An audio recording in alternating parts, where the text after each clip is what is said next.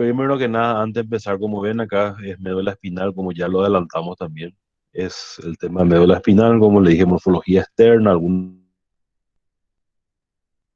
conceptos de ramos, sistematización de los segmentos, cosas que ya vimos dentro de las generalidades, ya tienen, supongo, una noción de lo que veníamos hablando, porque la clase de generalidades es reciente y mucho de lo que vamos a ver hoy ya fuimos viendo, ya tenemos un feedback, una retroalimentación de todo esto, de lo que vamos a ir viendo. Solo le vamos a sumar algunos conceptos ahora, ¿verdad?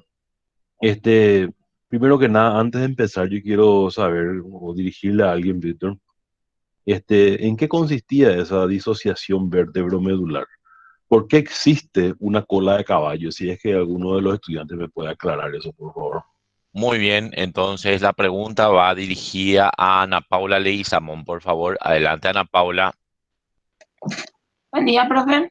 Buenos Buen día. días, Ana Paula, adelante. La pregunta es por qué existe cola de caballo. Claro, hay un concepto que nosotros hablamos en la clase anterior de medular. ¿En qué consiste eso?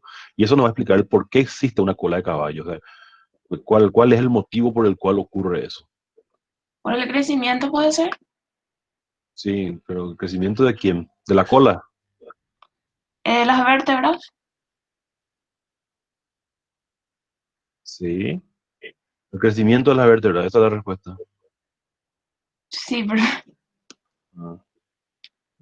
Pero ¿qué Eh, pasa con el crecimiento, Ana Paula? ¿Qué pasa con el crecimiento de las vértebras? Y la médula, ¿qué pasa con eso? no sabría decirte, profe. ¿Alguien podría darnos un poquito más de luz? ¿Cómo no? Vamos a ver, chicos, un consejo pequeño, cuando a uno se les pregunta, ¿verdad? Generalmente lo que nosotros preguntamos en anatomía, la pregunta va dirigida a un proceso, básicamente, ¿verdad? El crecimiento vertebral es un hecho, que tiene un proceso dentro de un esquema. Entonces, la pregunta va dirigida a ser respondida en ese sentido, ¿verdad? Me parece que no hay que ponerse nervioso, hay que tratar de responder las preguntas tranquilamente. Si uno se equivoca, no importa, no importa ya que estamos en un proceso de aprendizaje, pero hay que tratar de responder de manera científica, ya que la base científica fue dada. A ver, Joaquín Ortiz, si podés colaborar, por favor, con la respuesta. La pregunta es, ¿cuál es, cómo podés explicar el concepto de disociación vértebro-medular? Buenos días. Buen día. Sí. Y acerca de la cola de caballo, es la que se encargaba de recibir y enviar información, ¿verdad? Bueno, bueno, les aclaro. Eh, el concepto de la cola de caballo, la primera compañera dio ahí un concepto del porqué, de verdad, del crecimiento, un concepto el crecimiento es la base, diríamos, pero tiene que, o sea, lo que buscamos es justamente con ese nombre que dice disociación vértebro-medular. Si está disociado, quiere decir que hay un desfasaje, ¿verdad? De que uno crece más que otro. Y justamente el crecimiento de la vértebra es mayor en relación al crecimiento de la médula espinal. En edades embriológicas estaban a la misma altura, o sea que el canal medular medía lo mismo que la médula espinal, pero con el crecimiento, ya sea intrauterino, intrafetal, incluso después, posterior al nacimiento, el crecimiento tiene un desfasaje y el crecimiento de la columna vertebral es mayor que el crecimiento de la médula espinal. Por lo tanto, la médula termina, dijimos, a la altura, perdón, de lumbar uno, lumbar 2, a la altura del disco intervertebral L1, L2, termina la médula espinal. Pero queda mucho recorrido por abajo, quedan las restantes lumbares, todas las sacras y uno del coxigio, ¿verdad? Queda por recorrer ese camino. Entonces, las fibras de los segmentos sacros, los segmentos lumbares inferiores, tienen que hacer un recorrido inferior dirigido hacia abajo para lograr salir por el agujero intervertebral que le corresponde. Entonces va a tener que salir, va a tener que migrar mucho trayecto para abajo para salir por el agujero que le corresponde. Entonces ahí se forma la cola de caballo. Por eso les preguntaba, ¿cuál era el concepto de la disociación vértebro-medular y por qué existía la cola de caballo? En la pregunta está la respuesta.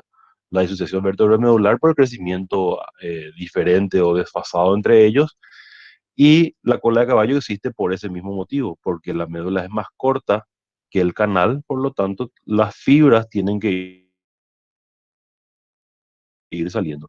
Las raíces anteriores y posteriores pueden ser aferentes y eferentes, van a tener recepción, van a recibir información sensitiva que va a llegar al segmento que le corresponde y va a salir una información motora que va a ejecutar la acción también que le corresponde en el nivel que le corresponde.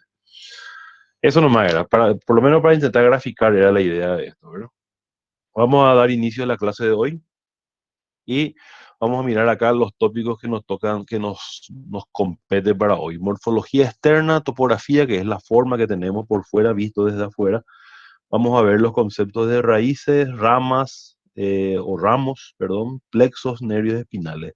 Algunos conceptos de nervios segmentarios, multisegmentarios, meninges espinales, sistematización de la médula, que es lo que les dije, las vías tanto ascendente como ascendente, como responden. Nosotros hoy vemos solo las ascendentes. La sustancia gris y blanca, vamos a ver las astas y los haces dentro de esas sustancias. Tipos de receptores somatosensitivos, que eso estamos dejando para la clase siguiente. Estereosección, propiocepción, interocepción, algunos conceptos para entender. Al terminar la clase vamos a hablar de eso.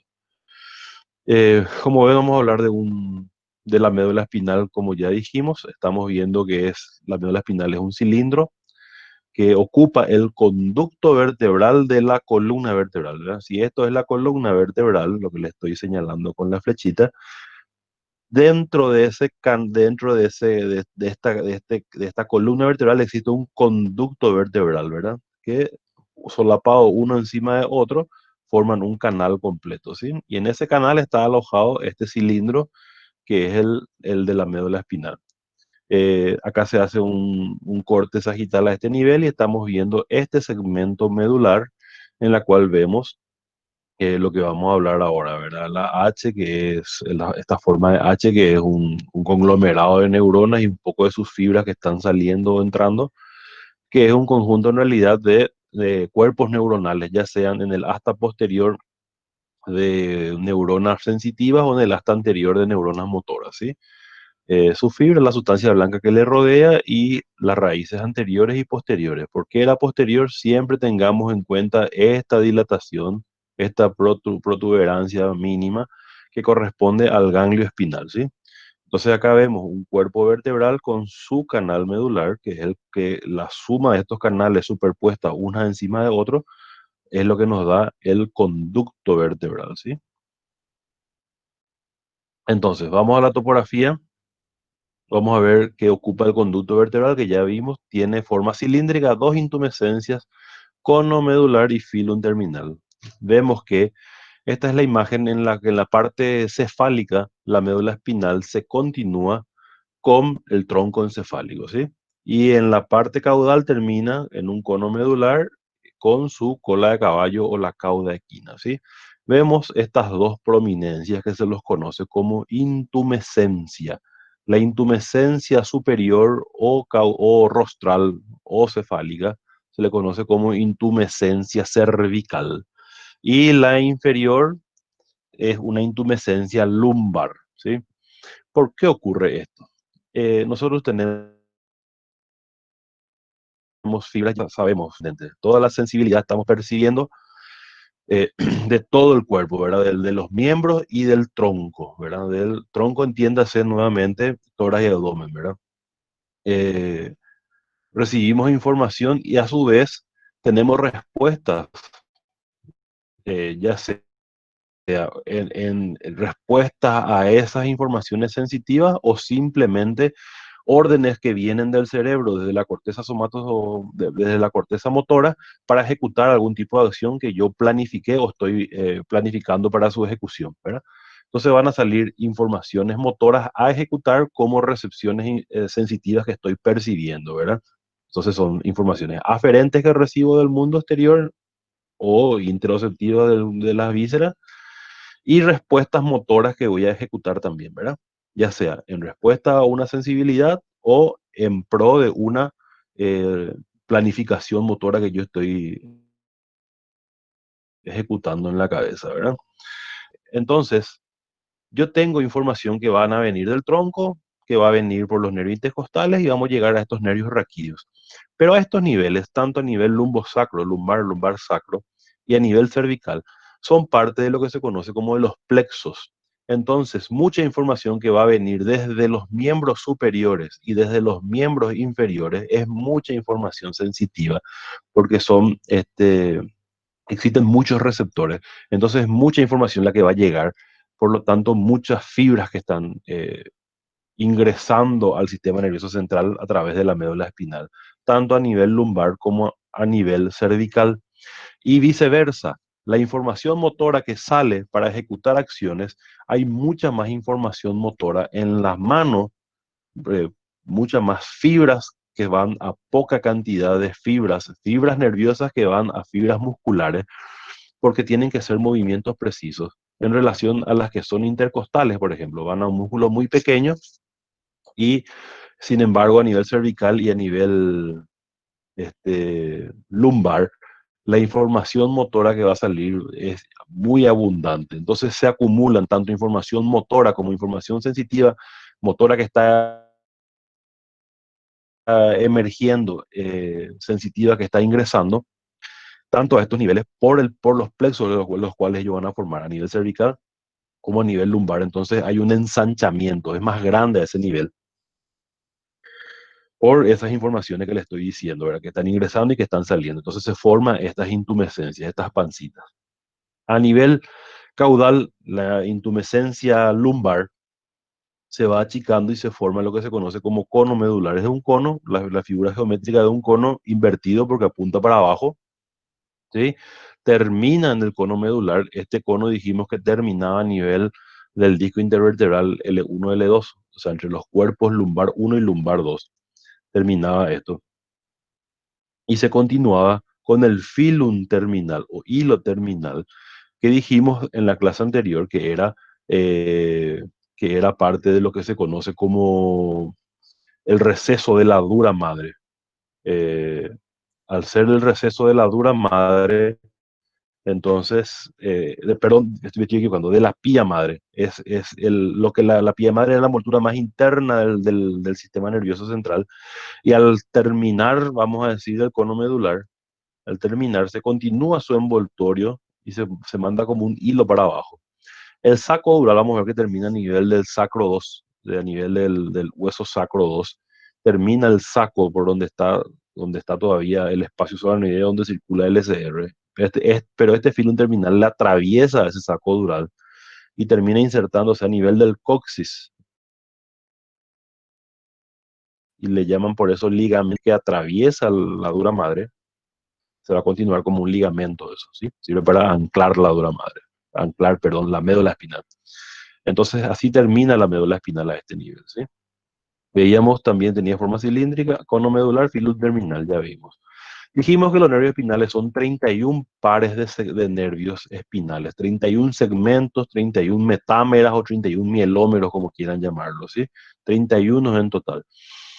Vamos a ver los conceptos de raíces anteriores y posteriores, que ya lo conocen, agujero intervertebral por donde emerge ese nervio, raíces posteriores que tienen neuronas aferentes primarias y las anteriores eferentes también primarias. Entonces vemos acá un dibujo esquemático de la médula espinal con su ensanchamiento correspondiente, que son las intumescencias cervical y lumbar, y vemos de que tenemos 8 segmentos cervicales. Recordemos y hagamos la analogía con la vértebra, la cual tiene 7 vértebras cervicales, pero tenemos 8 nervios o 8 segmentos de la médula espinal, 8 segmentos cervicales, lo cual vamos a tener 8 nervios espinales, ¿verdad? Entonces ahí viene, como les dije, la distribución que vamos a ver en breve. Tenemos 12 torácicos, 5 lumbares, 5 sacros, 1 coxigio. La suma de ellos nos da la totalidad de 31, ¿sí? Vemos acá un dibujo también de la médula espinal con su sección en el plano axial. Vemos el asta posterior, el asta anterior, Estas son raicillas, son un total de alrededor de 6 a 8 microfilamentos que forman estas raíces. Esta es la raíz posterior, sabemos que es posterior porque tiene esta dilatación que es el ganglio espinal y con 6 ramillas que, raicillas, perdón, que ingresan a la médula espinal para posteriormente o hacer sinapsis acá o dijimos que iban a ingresar en el cordón posterior para ascender hasta la médula oblongada, ¿verdad? La información sensitiva va a venir o al asta posterior o va a ingresar al cordón posterior, ¿verdad? O algunas neuronas que van a ser parte de reflejos monosinápticos van a venir directo a un músculo, a una neurona motora para que ya ejecute una acción. Entonces se va a generar un arco reflejo. Pero bueno, vamos a tocar eso en la siguiente clase. Y acá vemos la raíz anterior, anterior que es motora o eferente, en la que emergen neuronas que están en el asta anterior, salen las raicillas y van a viajar por la raíz anterior. Se unen la raíz anterior con la raíz posterior y esto es lo que se conoce como nervio raquídeo o nervio espinal, unidos entre sí. ¿Sí? Agujero intervertebral era el otro punto que teníamos que ver, que ya lo conocen, que es el agujero por donde sale eso, eh, por donde salen esos nervios espinales. Acá vemos una vértebra a nivel torácico. Sé que es torácico porque tienes unas hemifacetas, unas hemicarillas articulares para las costillas, ¿sí? Entonces vemos de que tenemos un cuerpo vertebral, el pedículo que comunica la parte de atrás, el istmo en la cual vemos los procesos articulares superiores e inferiores que se van a articular. Esto con la vértebra superior y esto con la vértebra inferior. Esto va a estar adosado a esto, se va a unir a ella. Y entonces el cuerpo vertebral con cuerpo vertebral va a tener un disco intervertebral entre ellos que va a ser la parte de la articulación anterior. Entonces se van a estar adosando uno encima de otro. Pasaron con esto se articuló con esto y dejó un agujero. Esto se articuló con esto, quedó un agujero. Esto con esto quedó otro agujero. Y viceversa, cuando esto se adhiera aquí, va a haber un agujero. Ese espacio es el espacio intervertebral, agujero de conjunción, que es por la cual emerge el, el nervio raquídeo o nervio espinal, ¿sí? Acá vemos una radiografía lateral en la que se ve perfectamente ese agujero, ¿sí? Esta es una radiografía de una columna lumbar en un plano lateral en la que vemos las vértebras lumbares. Los huesos del sacro son 5 huesos fusionados entre sí, forman un único hueso, pero se nota la diferencia entre ellas, las líneas de adhesión se notan entre ellas. Entonces vemos los agujeros intervertebrales que van dejando para justamente permitir la salida de ese nervio periférico, ¿sí? Y acá vemos, como dijimos, el sacro, tenemos el primero, segundo, perdón, primero, segundo, tercero, cuarto, quinto hueso del sacro fusionados formando un único complejo óseo, ¿sí? Y vemos los agujeros intervertebrales, que son los agujeros sacro anteriores, para permitir la emergencia de esos nervios espinales, ¿sí?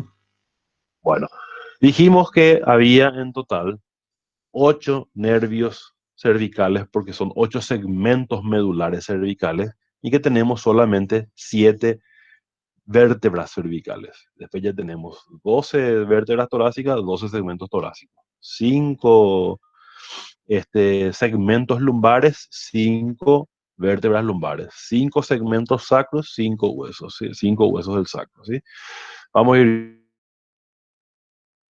viendo. Entonces tenemos que los renales son de C1 a C7 y emergen del conducto vertebral por encima de sus respectivas vértebras, ¿sí? De C1 a C7. El nervio espinal C8 sale por debajo de C7, ¿sí? Entre C7 y T1 sería. Por lo tanto, el resto de los nervios lo hacen por debajo de sus vértebras correspondientes. Vamos a mirar qué pasa acá. Vamos a mirar esta imagen en la que vemos los huesos del cráneo que se adhieren con la primera vértebra cervical. Vemos cervical 1 es la primera vértebra cervical, así sucesivamente tenemos la cervical 2, cervical 3, 4, 5, 6, 7. La siguiente a la vértebra cervical 7 es la vértebra torácica 1 o dorsal 1, ¿sí? Tenemos entonces 7 vértebras cervicales y ya aparece la primera torácica siguiente, ¿sí? pero tenemos 8. Entonces dijimos de que de C1 hasta C7, esto en amarillo que vemos que son los nervios espinales, van a emerger por arriba de su cuerpo vertebral. Si yo tengo cuerpo vertebral 1, cervical 1, el nervio espinal del segmento medular cervical 1 va a emerger por arriba de este cuerpo vertebral. Y así sucesivamente. Por arriba del cuerpo vertebral 2 emerge la raíz espinal o o nervio raquídeo, perdón, el nervio espinal o nervio raquídeo C2. Por arriba de C3 emerge C3. Por arriba de cervical 4 emerge nervio espinal C4. Por arriba de C5 emerge nervio espinal C5. Por arriba del C6 emerge nervio espinal del C6. Por arriba del C7 emerge, perdón, del C7 emerge nervio espinal C7. Y C8 entró una yapa ahí, ¿verdad? Entró nervio espinal C8 y sale entonces de la C7, que sería por arriba de la T1, este nervio espinal C8. Por lo tanto, el nervio espinal T1 sale ya por debajo de su vértebra correspondiente, sale por debajo de T1. ¿Sí? Entonces, si de C1 a C7 salían por arriba de su cuerpo vertebral, al meterse el 8 entre C7 y T1, hace que esta T1 pase por debajo de su cuerpo. A partir de torácica 1, los nervios espinales o nervios raquídeos torácica 1 va a emerger por debajo de su vértebra, ¿sí? Ahí ocurre este truquito que les dije de los cambios en relación a la emergencia, ¿sí? Porque son 8 segmentos, pero solamente 7 vértebras. Entonces, si de C1 a C7 sale por arriba de su médula correspondiente, C8 sale entre C7 y T1. A partir de T1, todos los nervios espinales salen por debajo de su cuerpo vertebral correspondiente, ¿sí? Entonces, eso es para tener en cuenta. Este dibujo es lo mismo en relación a la emergencia de los nervios espinales. Entonces, vemos que el resto de los nervios hacen por debajo de sus correspondientes vértebras, dijimos, ¿sí? Entonces, otra vez con el tema de la disociación vértebro-medular, de que hay una diferente longitud entre lo que es médula espinal y cola de caballo, ¿sí? Perdón, y columna vertebral, perdón. Debido a diferentes longitudes de médula espinal y columna vertebral, solo en segmentos cervicales las raíces emergen adyacentes a sus cuerpos vertebrales. Sucesivamente, raíces siguen un recorrido oblicuo para alcanzar su respectivo agujero intervertebral. ¿Qué quiere decir esto? Vamos a esta imagen en la que vemos las vértebras cervicales, las dorsales, las lumbares, las sacras, en la cual dice, en el texto que les leí anteriormente, solo los nervios espinales de los segmentos cervicales salen cercanos a su cuerpo vertebral, ¿sí? ¿Por qué eso? Porque este conducto vertebral de la columna vertebral es más largo que la médula espinal en sí, que se acababa a nivel de L1, L2, dijimos. La médula espinal, esto que está en negro, se acabó aquí. Pero el conducto medular que inicia desde el agujero magno y termina en lo más inferior, entre el nivel sacro, es más largo que la médula espinal. Esa es la disociación que hablamos al principio, ¿sí? Vértebro-medular. Un crecimiento mayor de la columna en relación a la médula. Entonces, solamente las vértebras cervicales salen adyacentes a su cuerpo vertebral. Al nivel torácico ya se dan cuenta de que empiezan a tener un recorrido oblicuo, ¿sí? A medida que es más inferior, esa dirección oblicua es mucho más marcada. A medida que empieza a alejarse, vamos a decir, su cuerpo vertebral del correspondiente segmento medular, ¿sí? Se dice que a nivel cervical torácico superior están entre 1 y 2 niveles por arriba. O sea, en los primeros segmentos hay uno. O sea, yo tengo cervical 1 sale a la altura del cuerpo vertebral C1, cervical 2, así sucesivamente. Cervical 7 sale a la altura de cervical 7, cervical 8 entre C8 y T1. El nervio espinal T1 ya le queda un nivel por arriba de su vértebra correspondiente. Entonces, el segmento de la médula espinal torácica 1 ya está probablemente a la altura de la cervical 7. Y quiere decir que tiene que bajar un segmento para salir por su agujero correspondiente. Entonces hay un desfasaje de uno o dos segmentos a nivel de las torácicas superiores. A nivel de las torácicas inferiores hay dos o tres segmentos de desfasaje. Y obviamente a nivel lumbar hay cuatro o cinco niveles de desfasaje entre el nivel del segmento que corresponde con su vértebra, el agujero intervertebral correspondiente. Por eso se forma lo que se conoce como cola de caballo, ¿verdad?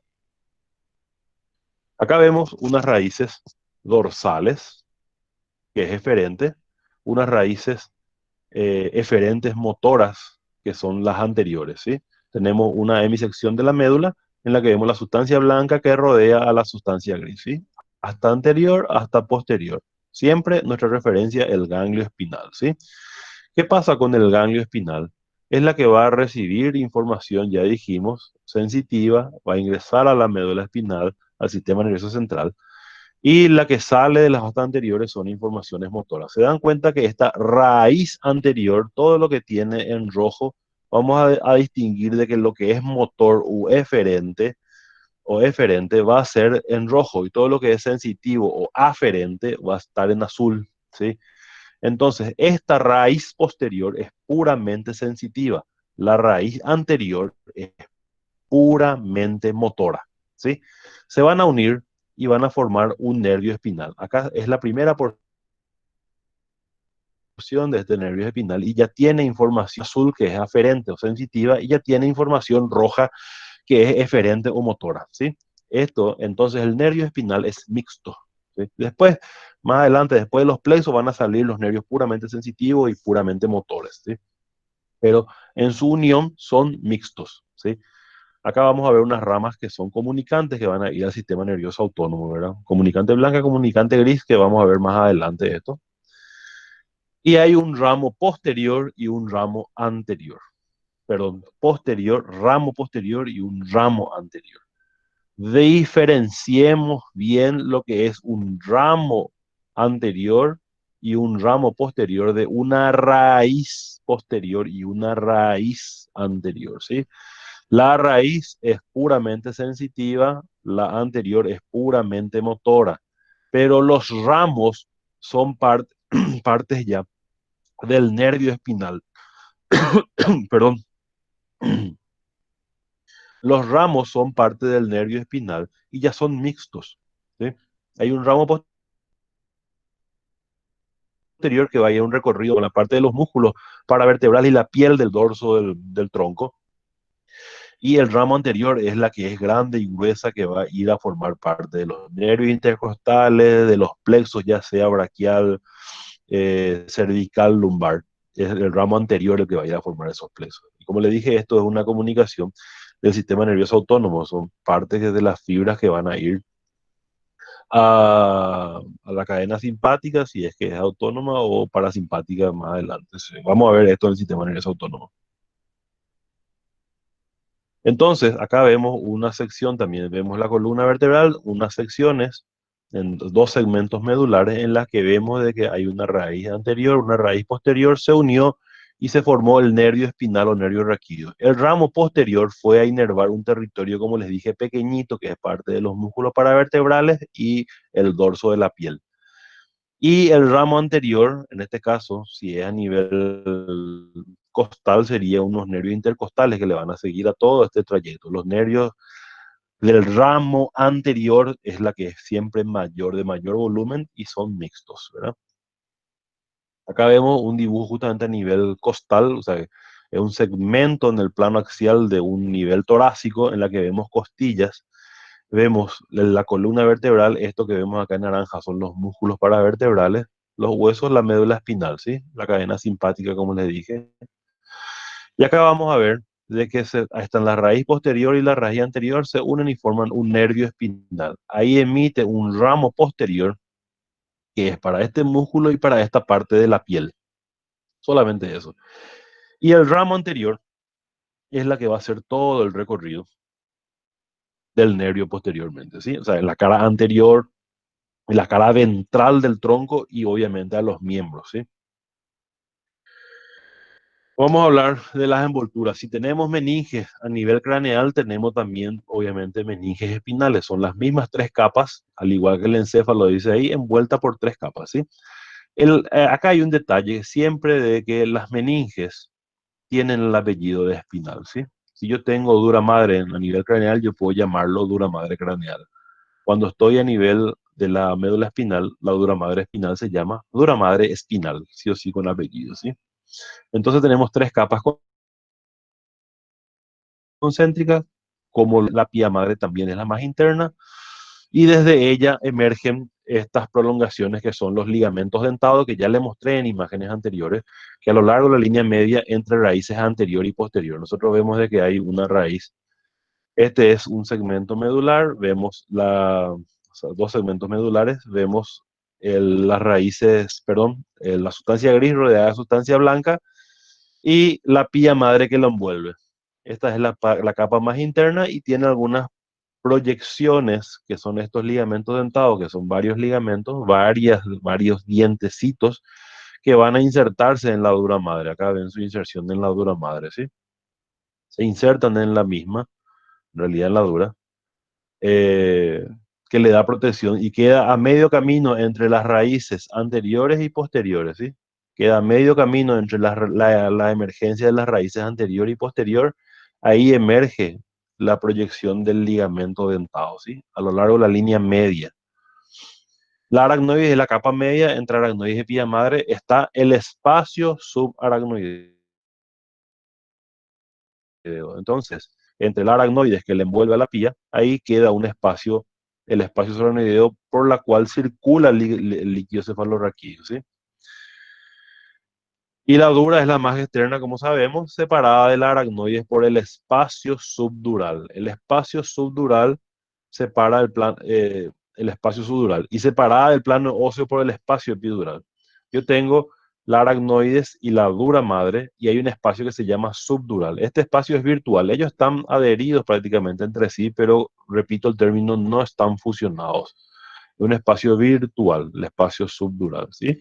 Esta médula espinal va a acabarse antes de terminar el recorrido del espacio subdural. ¿Por qué? Porque el espacio que hay entre la aracnoides y la aracnoides, esta segunda capa, y la pía madre es el espacio por donde circula el SR.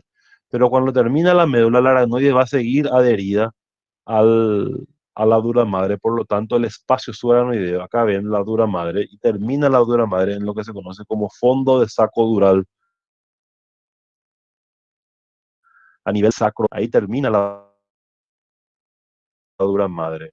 Pero la aracnoide acá está pisando, ahí vemos los ligamentos dentados, ¿sí? La aracnoide está pegada a esta dura madre que ya está abierta. Este es una foto cadavérica, ¿sí? En la médula espinal terminó en el cono medular, se continuó con el filum terminal. Vemos las raíces de la cola de caballo. Vemos el ligamento dentado, que es un tejido laxo, la dura madre abierta de un lado y del otro. Y esta dura madre es la que termina, dijimos, en un fondo de saco dural a nivel del sacro 2, aproximadamente, ¿sí? Y la aracnoide va a estar adherida a esta dura madre y va a permitir que todo este espacio que estamos acá, en la cual están las raíces y el ligamento dentado, estén sobrenadando en líquido, ¿sí? El líquido cefalorraquídeo, ¿de dónde viene? De las cavidades ventriculares. Recuerden el circuito de las cavidades ventriculares en las que salía por los agujeros Luschka y Magendie y recorrían por el espacio subaracnoideo. Ese espacio subaracnoideo, como ven acá, también discurre a niveles inferiores, que es lo que nos va a llevar ese líquido cefalorraquídeo a ese espacio subaracnoideo, que es una bolsa en la cual están sobrenadando las fibras en la cola de caballo, ¿sí? Antes de llegar a eso, quiero leerle esto.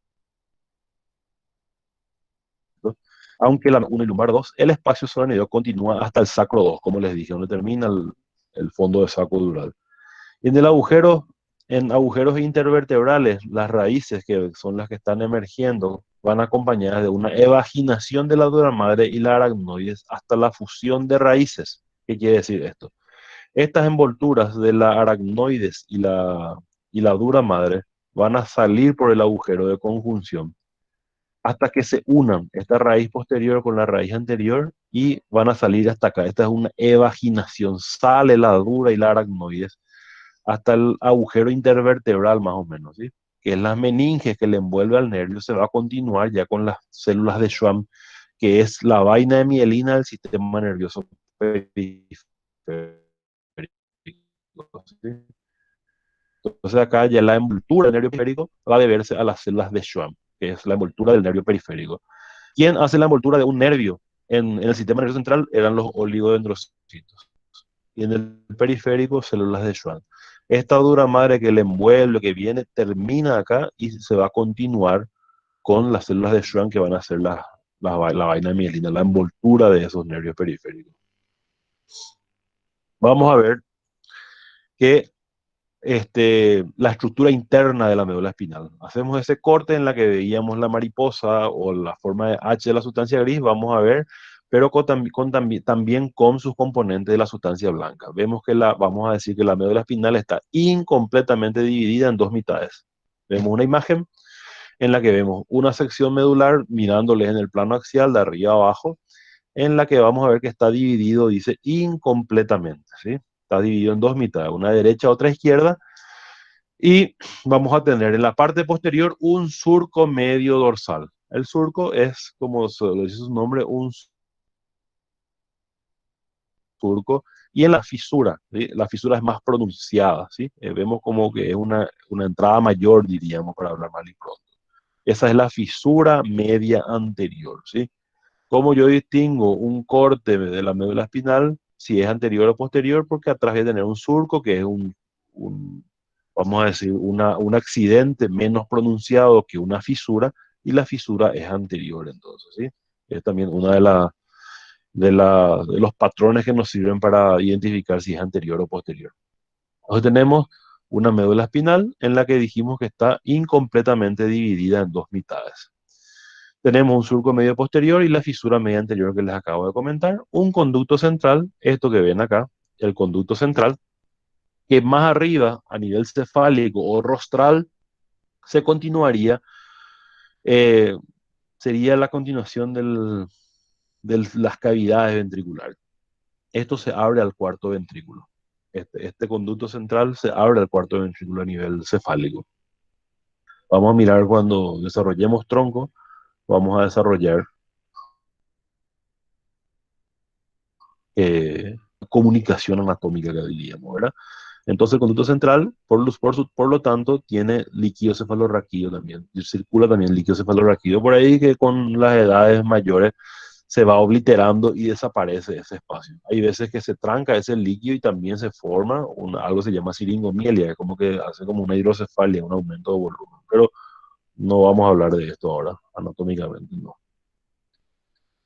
Sustancia gris y sustancia blanca, configuración de sustancia gris y blanca varía según niveles, eso vamos a ver también. Entonces tenemos la sustancia blanca que le envuelve a la sustancia gris. Esta disposición de fibras, tanto de sustancia blanca como de sustancia gris, varía en cada segmento. A nivel cervical tiene una forma, a nivel torácico otra, a nivel lumbar y sacra otras formas. Acá vemos el cilindro de la médula espinal y tenemos secciones en cada uno de sus niveles. Esta sección a nivel de la intumescencia cervical, vemos cómo tiene esta distribución de la sustancia blanca y la sustancia gris. Vemos a nivel torácico una sección y también vemos esta distribución. Se dan cuenta de que incluso el cilindro es de menor volumen en relación al volumen que tiene en la intumescencia. La disposición de la sustancia blanca y gris, perdón, sí, la sustancia gris y blanca que tienen en el nivel cervical, y a nivel lumbar lo mismo y sacro también lo mismo, ¿sí? A nivel sacro se dan cuenta de que hay mucho de sustancia gris, pero muy poco de sustancia blanca, ¿sí? ¿Por qué esto? Vamos a empezar de abajo. A nivel sacro van a salir informaciones motoras. Vamos a tener neuronas sensitivas que van a recibir información desde las zonas inferiores de los miembros, desde la zona inguinal, diríamos, en la zona del piso pélvico, vamos a recibir informaciones sensitivas, hay mucha información que vamos a recepcionar, y vamos a también tener informaciones motoras para movimientos, los sacros altos para los miembros inferiores y sacros inferiores para la región, como les dije, el piso pélvico para evacuar el intestino, la vejiga, lo que sea. Hay mucho de control motor también ahí, autónomo también hay ahí. O sea, hay mucha información desde el punto de vista del sistema nervioso central con las neuronas, tanto sensitivas como motoras, pero son muy pocas las fibras que están ingresando todavía, lo que le da la configuración de sustancia blanca. Es poca la que está ingresando todavía en relación a la que va a haber a nivel cervical, ¿verdad? Porque toda la información sensitiva va a llegar y va a ir ascendiendo. A nivel sacro va a ascender, a nivel lumbar va a ir ascendiendo, a nivel torácico va a ir ascendiendo y así sucesivamente, ¿verdad? Hasta que llegue a niveles superiores. Y entonces a nivel sacro ya hay más información que está llegando de los miembros, entonces la sustancia blanca empieza a ser un poco más prominente. Lo mismo a nivel torácico, sigue llegando información desde niveles sacro, desde niveles lumbares y las que van a venir ingresando también desde niveles torácicos, por lo tanto hay mayor cantidad de sustancia blanca. Y a nivel cervical, obviamente es mucha tanto la sustancia gris y blanca, pero estamos hablando de la blanca, de la información que está recibiendo. El miembro superior para la información sensitiva que viene a través de las que vienen ascendiendo desde el sacro, desde el lumbar, desde torácico y las propiamente de las cervicales. Son informaciones que van a ir ingresando y van a ir ascendiendo. Esa es la sustancia blanca. Entonces se dan cuenta de que hay poca sustancia blanca a nivel sacro y hay muchísima a nivel cervical, ¿sí? ¿Y qué pasa con el asta anterior que es motora, ¿verdad? Que encontramos neuronas motoras? Vemos de que esta asta anterior es gigantesca, tiene una forma de bota, tiene una prominencia gigantesca incluso a nivel anterior, porque es mucha la cantidad de neuronas motoras, la segunda motoneurona o neurona motora inferior que vamos a tener este nivel, que va a salir por una raíz anterior y va a ir a ejecutar después una acción a un músculo esquelético a nivel de la mano, a nivel del miembro superior para ejecutar acciones planificadas, como dijimos. ¿Qué pasa con el asta anterior a nivel torácico? Es mínimo, es muy poco, es chiquitito. La bota que había acá se convirtió en un, no sé, en un taquito fino, ¿verdad? Se convirtió en un taco fino, ¿por qué? Porque hay poca cantidad de neuronas motoras a este nivel, porque es poca la actividad motora que hay que ejecutar. Es para ejecutar, para contraer los músculos intercostales que van a ayudar a la respiración, que son importantes, obviamente, pero no es mucho el trabajo que realizan en comparación al trabajo fino y delicado que puede hacer la mano o fuerte que puede hacer la pierna. Y vemos que también el asta anterior a nivel lumbar tiene una prominencia importante porque también son muchas fibras que van a llegar desde la corteza, de la corteza motora primaria a la segunda motoneurona o neurona motora inferior que va a estar a este nivel para salir a ejecutar una acción, por ejemplo, como es la de caminar, ¿sí? La de caminar, ¿sí? Entonces, esta es la disposición. Esto es lo que nos decía de que en los segmentos la disposición de la sustancia gris y la sustancia blanca varía de segmento en segmento. Tengo una disposición distinta a esta, acá es distinta a esta y esta es distinta a esta. Entonces, vemos que a nivel de cada segmento la disposición de sustancia gris y blanca varía, ¿sí? Vamos a hablar un poquito de la sustancia gris, en la que vamos a ver la forma de H mariposa, que ya la conocen, sus astas anteriores y posteriores también ya lo conocen, las intumescencias cervical y lumbar que ya hablamos, hasta lateral o intermedio lateral, esto es autónomo, vamos a mirarle ahora.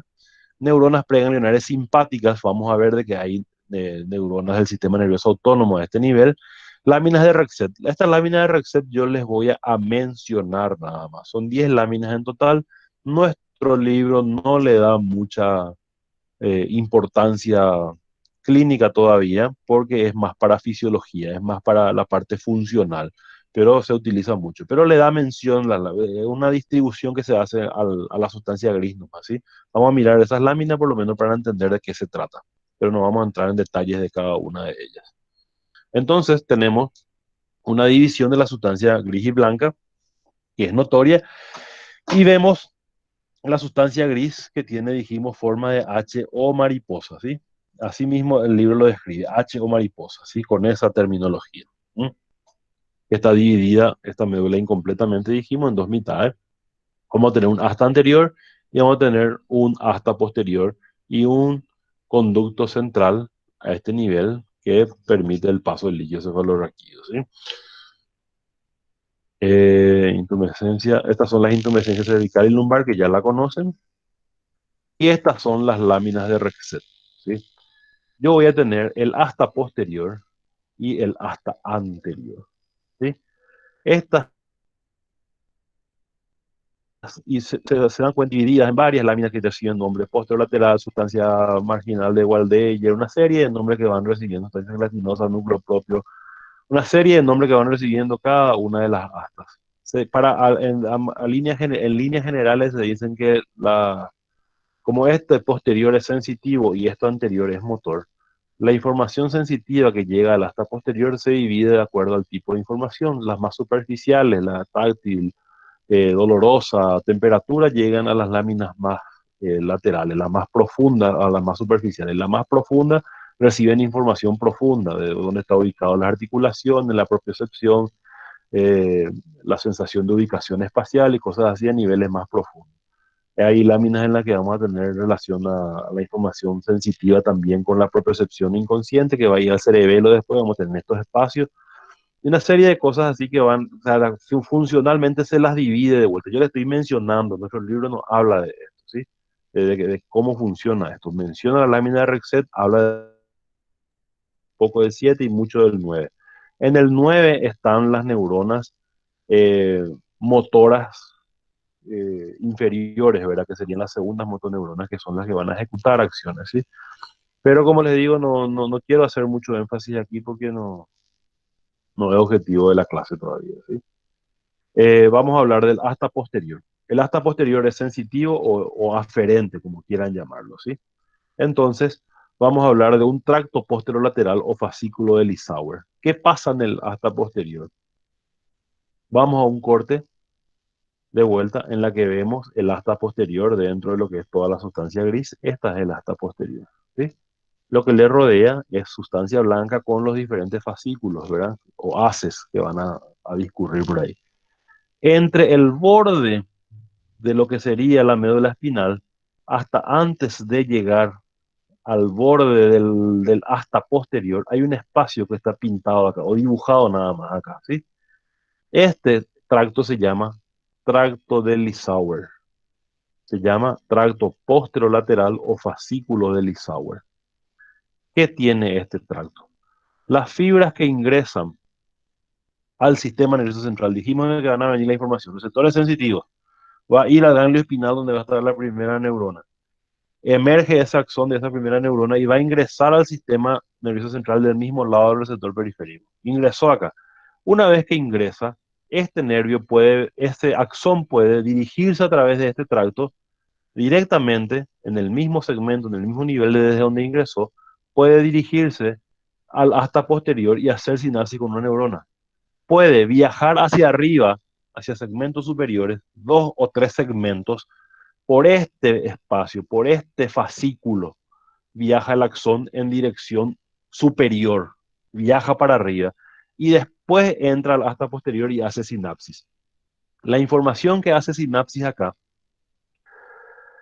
puede hacer directamente en el segmento que entra o 1, 2 o incluso 3 segmentos superiores. Y ese paso para segmentos superiores es la que permite justamente la cantidad de fibras que circulan por este espacio, denominarle tracto posterolateral o fascículo de Lissauer.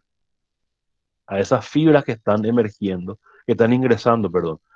Esas fibras que son, dijimos, para el tacto, dolor, presión, temperatura. Hay fibras que no van a hacer sinapsis en el asta posterior de la médula espinal, que van a ingresar, dijimos, directamente al cordón posterior, van a ascender a niveles superiores.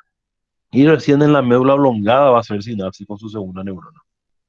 Esas fibras pueden viajar también un tiempito, 1 o 2 segmentos por este fascículo de Lissauer o tracto posterolateral y después ingresan al cordón posterior, ¿sí? Entonces, este es el tracto posterolateral o fascículo de Lissauer. Sustancias gelatinosas le llaman del 1 al 3 de las láminas de Recep, tiene fibras tipo A y C. Les explico esto. Esas láminas, les vuelvo a mostrar las láminas, de 1 al 3. Esas láminas están en la parte más posterior del asta posterior, ¿sí? Y recibe información de quién? De fibras tipo A y C, dice.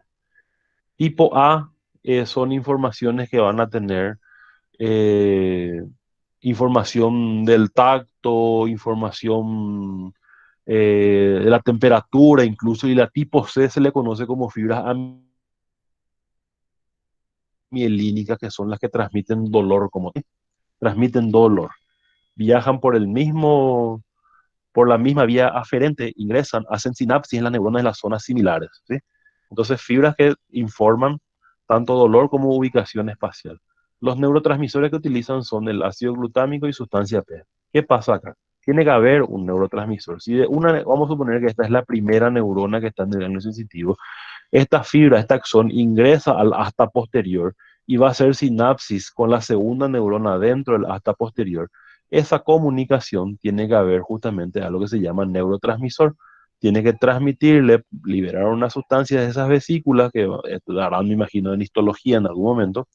Se liberan para iniciar un potencial de acción en la siguiente neurona y generar y transmitir ese impulso, ¿sí?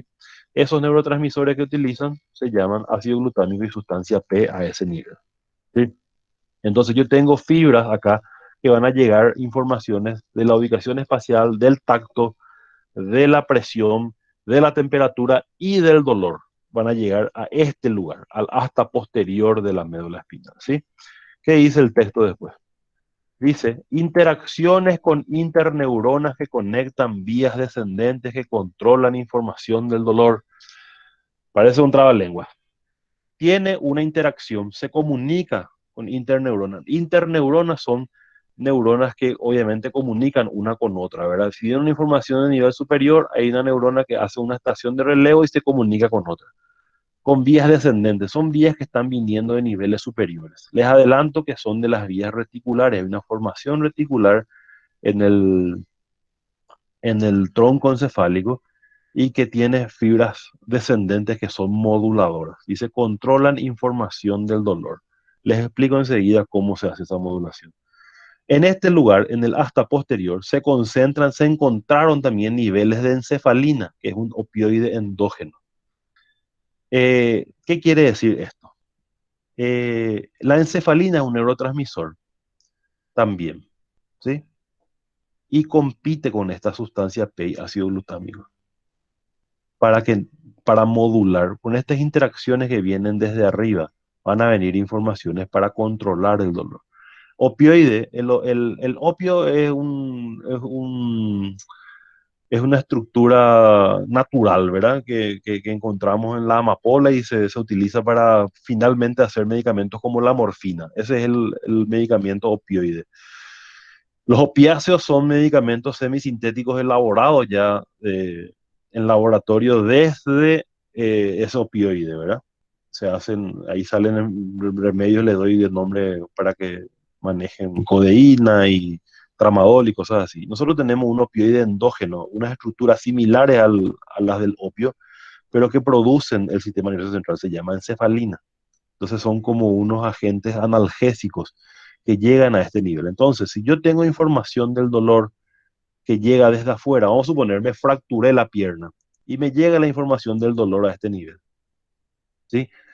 Yo voy a tener fibras descendentes desde niveles superiores, desde el tronco encefálico, que van a liberarme esas endorfinas, esas encefalinas, y va a competir con la sustancia P, que es la que permite ese neurotransmisor de que la información, si yo tengo información de dolor, hace sinapsis con la segunda neurona, se utiliza la sustancia P para que la segunda neurona se polarice, cambie de lado y ascienda y le avisa al cerebro de que vos te fracturaste y que tu dolor es insoportable. Ese es el viaje. Llegó al asta posterior, le avisó a la segunda neurona, el axón de la segunda neurona viaja por este tracto que es el espino talámico, llega al tálamo y el tálamo le avisa al cerebro de que te fracturaste y que el dolor que estás sintiendo es insoportable. ¿Dónde se transmite esa información? ¿Dónde empieza a transmitirse esa información? En el asta posterior.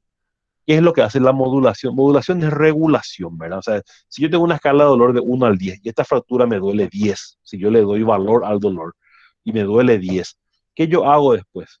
El tronco encefálico automáticamente interpreta eso que está ocurriendo, envía informaciones a través de interneuronas y llega acá al asta posterior y libera estas estructuras que se llama encefalina, ¿sí? Para competir con esta sustancia P y ácido glutámico, para que no se transmita esa información. Por lo tanto, si debía pasar la información 5 veces, 5 cosas le compite a 2 y pasan 3 nomás. Entonces, mi dolor que era 10, lo que yo hago en mi escala del dolor, automáticamente me baja a 6 o 7. Sigue doliendo, pero el organismo modula ese dolor para que no se transmita toda esa información y por lo tanto sea más tolerable también, ¿verdad? Eh, ese es ese es el mecanismo que funcionan muchos analgésicos a ese nivel, ¿sí? Porque nosotros consumimos esos opioides, el tramadol, lo que sea, se dice que funciona a ese nivel. Haciendo lo mismo, compite con la sustancia P, no se transmite la información y actúa a este nivel los medicamentos opioides u opiáceos para que no se transmita el dolor, ¿sí? Se usa mucho también la morfina en dolores crónicos como en los dolores tipo cáncer y esas cosas que son tratamientos paliativos, se utilizan porque también generan adicción, por lo tanto su uso no debe ser universalizado, ¿verdad? Tiene sus controles, por eso son medicamentos controlados. Bueno, me fui de mambo parece. También tenemos a nivel del asta posterior, el núcleo torácico posterior que está en la lámina 7 de Rexet. Acá le vemos la lámina 7 de Rexet. Tenemos a la columna de Clark. Esto no es más que neuronas que van a recibir información desde receptores que van a estar en los músculos y en los tendones para la elongación de esos músculos y tendones, para saber qué tan, el grado de ubicación espacial. Nosotros habíamos hablado de propiocepción. ¿Se acuerdan de la propiocepción consciente que viajaba por el cordón posterior?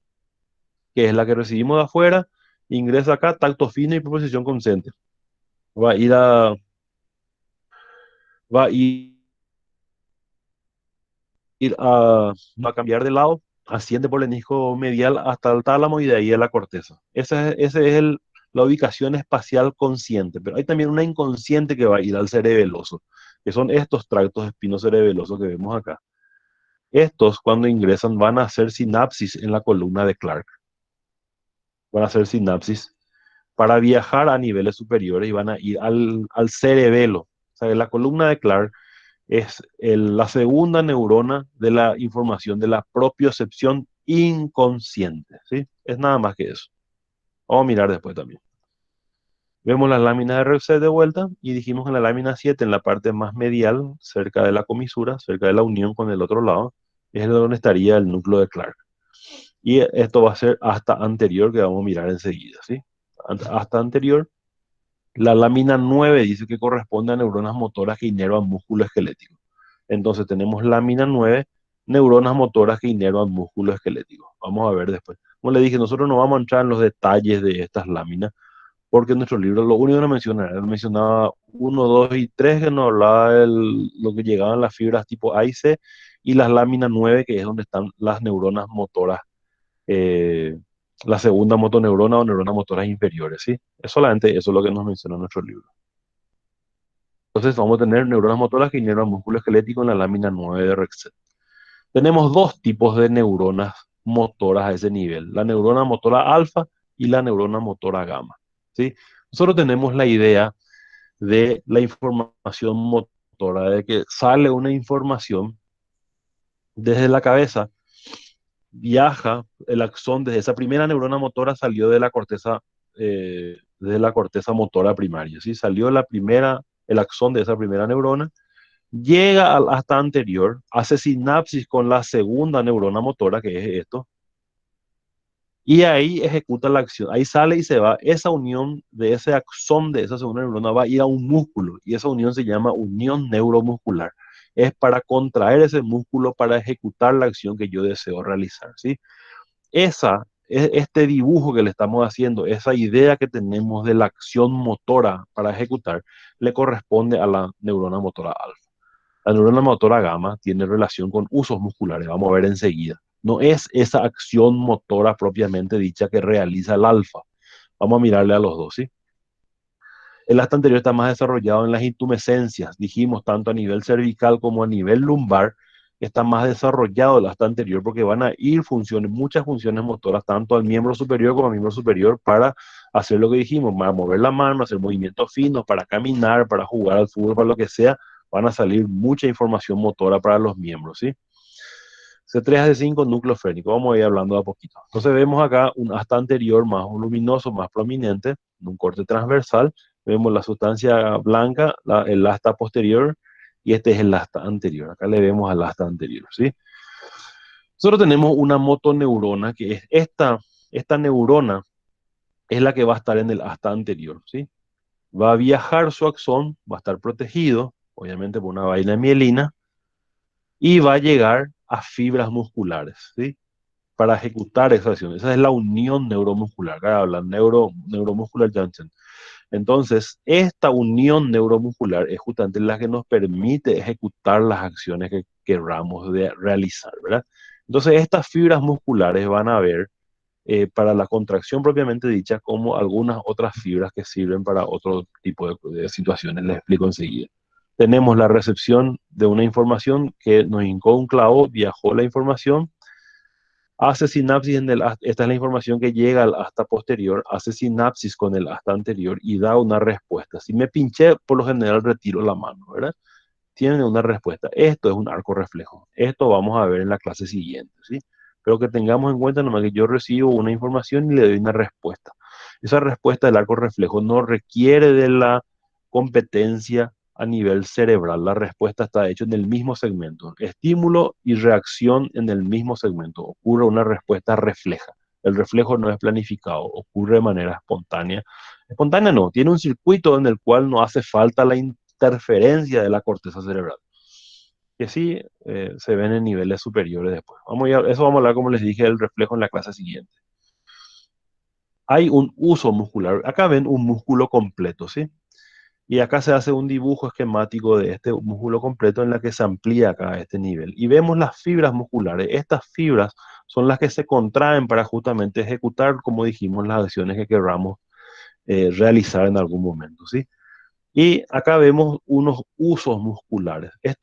No son más que receptores, ¿sí? El uso muscular que está dentro del músculo como tal son receptores mecánicos de elongación. Esto más que una fibra para contraerse y sumar en el apoyo motor que pueda ejecutar este músculo, ellos están para determinar el grado de contracción de este músculo. Acá vemos en verde la neurona de una neurona motora alfa, ¿sí? Va a salir y va a inervar fibras musculares y va a ejecutar la acción de contraer para mover ese miembro, ese brazo, ese dedo, el tobillo o lo que fuese que quieras llegar a mover. Esa información sale de una neurona motora alfa. La gamma no es más que, como les vuelvo a repetir, el uso muscular. Vamos a encontrar fibras extrafusales, estas fibras son las que se contraen, y las intrafusales, que son estas. Estas fibras intrafusales son receptores mecánicos de elongación. Nosotros tenemos algo dentro de la musculatura que se llama tono muscular. Nosotros el músculo no tenemos totalmente relajado cuando no estamos haciendo ninguna acción, ni está totalmente contraído como cuando hacemos fuerza. El músculo tiene un tono. Entonces ese tono sirve para tener una respuesta rápida y apropiada, ¿sí? Entonces ese tono, ¿quién nos garantiza? ¿Quién percibe el grado de distensión, de elongación o de contracción? Perciben estas fibras intrafusales. Estas fibras intrafusales van a tener fibras tipo 1A, en la cual van a ser eferentes y aferentes. Las fibras van a tener aferencias y eferencias. Van a percibir el estado de elongación, van a avisarle al sistema nervioso central su estado de contracción o de elongación, y la motoneurona gamma va a tener en los extremos de esa fibra intrafusal partes que sirven para la contracción, para determinar justamente, como son varios dentro de este músculo, van a permitir su contracción para mantener ese tono. O sea que la neurona motora gamma sirve como receptor mecánico de la elongación de los músculos y permite mantener un tono. No es una acción motora propia ejecutada que realiza con la acción de una planificación. Es una acción para mantener el tono muscular. La que va a ejecutar acciones planificadas son las neuronas motoras alfa. La gamma sirven para mantener el tono muscular. ¿Estamos? 3 a C5 núcleo. A nivel de C3 y C5, en las cervicales de 3 al 5 hay un núcleo para los nervios frénicos. El nervio frénico es el nervio del diafragma. Va a viajar desde el nivel cervical, va a viajar hasta el nivel inferior, va a llegar a la cúpula del diafragma y va a permitir la contracción del diafragma, que es un músculo importantísimo para la respiración, ¿sí? Vamos a ver también eso más adelante, ¿sí? Neuronas en asta anterior reciben información directa de algunas fibras aferentes para reflejo de estiramiento. Es lo que les expliqué. Neuronas en asta anterior reciben información directa de algunas fibras aferentes, usos musculares, para reflejo de estiramiento. Voy de vuelta a esta imagen que les mostré recién. Esta fibra, acá no está dibujado, pero esta fibra tiene una fibra tipo 1A que van a ingresar a través de vías aferentes. Si es que la elongación, la distensión de ese se va perdiendo el tono muscular, y no esta motoneurona gamma con su contracción a nivel extremo, a nivel de los extremos de esta fibra intrafusal, nos permite, nos sirve como para ejecutar la acción de mantener el tono, va a tener que avisarle a una motoneurona alfa para que ésta se contraiga y mantenga el tono que necesitamos. Y por eso habla de que las neuronas de asta anterior reciben información directa de algunas fibras aferentes, de los usos musculares, para el reflejo de estiramiento, automáticamente estirarse. Vamos a tener, y el reflejo de estiramiento, pero este reflejo de estiramiento también tiene que ver con un reflejo monosináptico, en la cual es la de retirada, eso que le mostré el dibujito de que te pinchó y retirabas. Ese es el reflejo de estiramiento, ¿sí? ¿Sí? Vamos a tener información. O sea, directamente ese es el arco reflejo. Esto que menciona acá es el arco reflejo. Recibo información, va directo al asta anterior y el asta anterior ya da una respuesta, ¿sí? Sin necesidad de que la información viaje a nivel superior. Dice también recibe información de centros superiores para control motor. Esto es lo que mayormente ocurre, ¿sí? Recibe información de centros superiores. La organización que yo planifiqué aquí en el cerebro es la que la primera neurona motora o neurona motora superior va a ir a la segunda neurona o neurona motora inferior que va a estar en el asta anterior.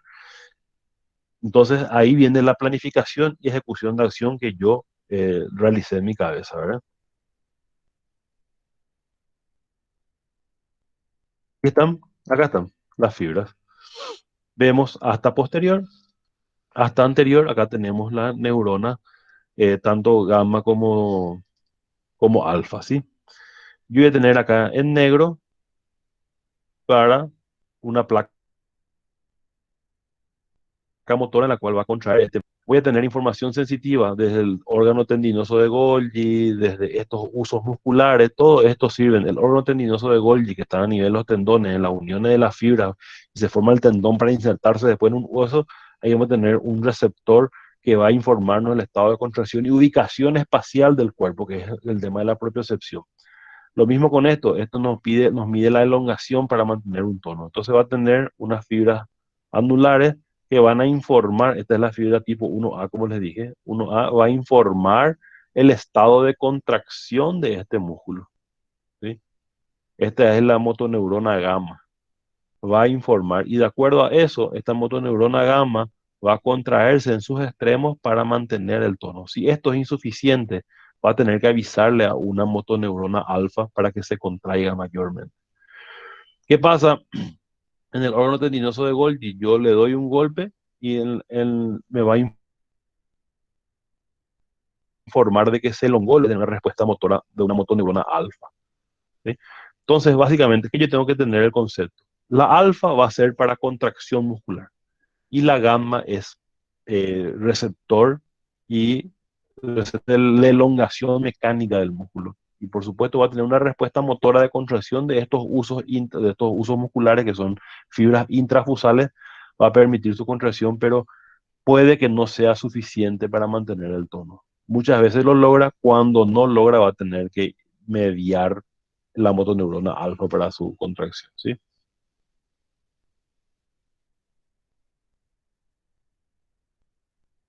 Sustancia blanca. Dice compuesto por fibras ascendentes y descendentes. Esto ya, sustancia blanca, como les dije.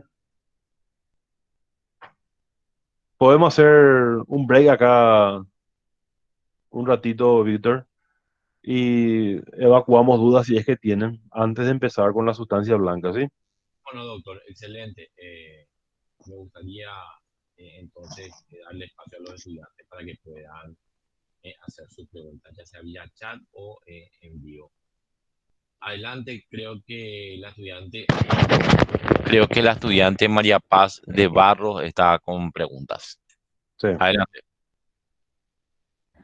Profe, a mí no me quedó claro, las neuronas de tipo 1A entonces serían también neuronas motoras de tipo gamma, solo que serían las que tienen un circuito aferente. O, Sí, la neurona motora, nosotros tenemos dos neuronas motoras, la alfa y la gamma. La alfa es la puramente motora. Es como le dije, la que yo ejecuto acciones, decido mover, esa hace la gamma, perdón, la alfa. La gamma va a tener aferente y eferente, porque la gamma va a ir a un uso neuromuscular, va a ir a una fibra dentro. Voy a tratar de ponerle de vuelta la imagen para ver si nos entendemos. Acá está.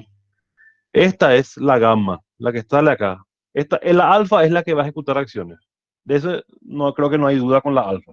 La gamma, la motoneurona gamma, va a ir a un uso muscular. Este uso muscular es una fibra que se llama intrafusal. Las fibras que son propiamente para la contracción muscular son extrafusales.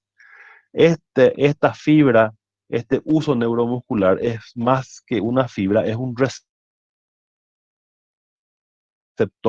de la información, cuál es el estado de contracción del músculo, porque nosotros tenemos que tener el tono, y el tono muscular es un estado de semicontracción. ¿Quién nos garantiza ese estado de semicontracción? ¿Quién es el que nos avisa permanentemente de que ese estado de semicontracción, tono, esté de acuerdo o de acorde al valor que debe tener? Es esta fibra intrafusal que está aquí. Esta fibra intrafusal va a tener una fibra aferente, que es la fibra 1A. Esto que viaja por acá y va a darnos, va a entrar al sistema nervioso central y va a informarnos del nivel o el estado de contracción del músculo. Esa es la fibra tipo 1A. Hay fibras tipo 1B, hay también fibras tipo 1B. Esta 1B es del órgano tendinoso de Golgi, que tiene que ver con la información de la propiocepción, la ubicación espacial de las articulaciones, y con el estado también de contracción o elongación del músculo, que es lo mismo que hace esta fibra del uso muscular. Uno A y uno B es simplemente, son fibras aferentes, van a ingresar a través de la raíz posterior.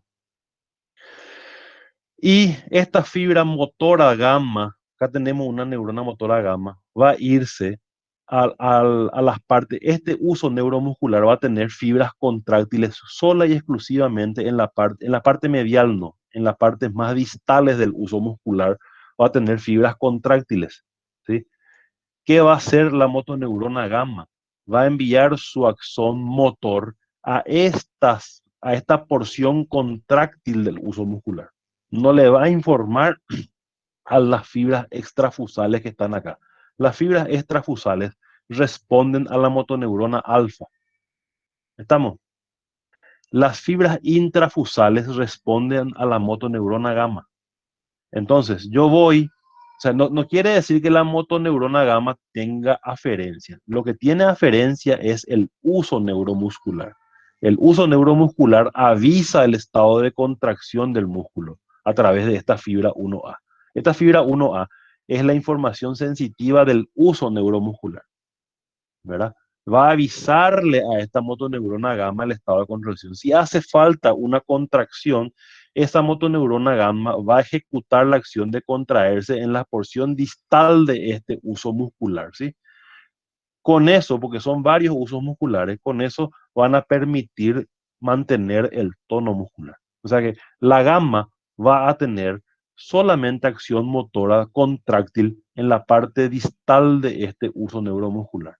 Esta fibra 1A no es de la motoneurona gamma. Esta fibra 1A es el receptor aferente del uso neuromuscular. Me hago entender, ¿verdad? Entonces yo voy a tener un uso neuromuscular, que esta fibra intrafusal va a percibir el estado de contracción y esa es la que avisa y viaja por el asta posterior. va a avisarle a la motoneurona gamma y la gamma va a tener respuesta motora única y exclusivamente para el uso muscular, para esta fibra intrafusal. Es una fibra diferente, se llama fibra intrafusal y las demás se llaman extrafusales, que son las que le dan la contracción propiamente dicha de la musculatura, pero para ejecutar acción, para mantener el tono muscular, ¿sí? Entonces, la fibra gamma, las fibras de la motoneurona gamma van a ir a contraerse, pero en la porción contráctil del uso muscular nada más. La motoneurona gamma no va a tener injerencia en las fibras extrafusales, porque las fibras extrafusales van a responderles a la alfa. No sé si me hice entender. Sí, súper claro quedó, profe. Gracias. Dale, dale, dale. Ya nos queda poquito sustancia blanca. Vamos a ver un poco de sustancia blanca y vamos a ver cómo, como dice, la sistematización está compuesta por fibras ascendentes y descendentes. Hoy vamos a ver solo las ascendentes. Nos queda poquito de la clase, eh, pero siempre durar demasiado. Y las descendentes, como le dije en la clase siguiente, con algún poquitito de receptores y algún poquitito de reflejos espinales, ¿sí? Vamos a mirar un poquitito para la clase siguiente eso. Vamos a darle un poquito más de énfasis. Vamos a integrar ahí la información que recibimos con la respuesta que damos. Entonces, vamos a continuar con la sustancia blanca. Como dice este encabezado compuesto por fibras ascendentes y descendentes. Tenemos los cordones anterior, posterior y lateral. Vamos a ver los límites de los mismos y dónde están ubicados cada uno de ellos. Vamos a ver los tractos o fascículos con fibras con origen, terminación y funciones comunes. Esto ya habíamos hablado también, ¿verdad? De que toda la información sensitiva que ingresa, que va a informar así dolor, calor, presión, temperatura, va a viajar por un tracto, en este caso la espina talámica. Información que va a viajar informando propiocepción consciente y tacto fino va a viajar por los cordones, van a ir por territorios, por carreteras similares, separados de funciones distintas, o sea, integradas, juntas viajan funciones similares y por otro camino, por otra ruta, otro tipo de información que entre sí son similares, ¿verdad?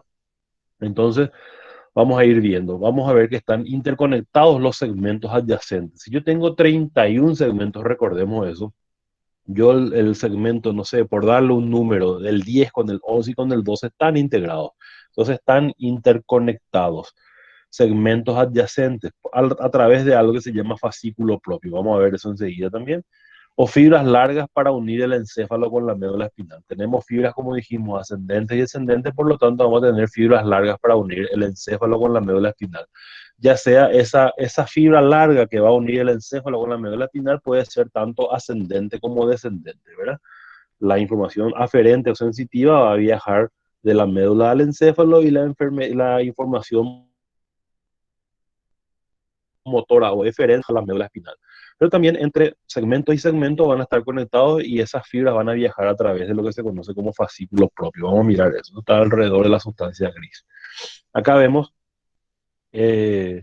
los fascículos descendentes que son motores de este lado y de este lado vemos los fascículos ascendentes que son sensitivos. Acá tenemos los cordones del cordón posterior. Dijimos de que hay tres cordones, el cordón posterior, el cordón lateral y el cordón anterior. Entonces tenemos que una médula dijimos que se dividía incompletamente en dos mitades, una derecha y otra izquierda, y que en la parte posterior lo hacía a través del surco medio posterior y en la parte anterior había una fisura que era una escotadura más marcada, ¿verdad? No llega a escotadura, pero diríamos un accidente más marcado que el surco como tal, ¿sí? Entonces, tenemos desde que de la línea media, ya sea la fisura o el surco, vamos a dividirlo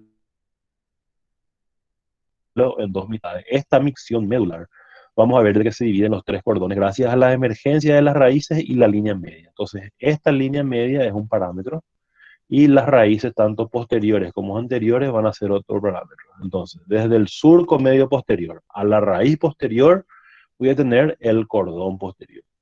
Desde esta raíz posterior a esta raíz anterior que va a emerger a este nivel, voy a tener aquí el cordón lateral. Y entonces, desde esta raíz anterior a la fisura media anterior, todo este espacio de sustancia blanca se le conoce como cordón anterior. Entonces están los tres cordones ahí dispuestos de esa manera, ¿sí? Vemos de vuelta este dibujo que ya le varias mariposa de la sustancia gris, y la sustancia blanca es la que nos compete ahora, la que le envuelve, ¿sí?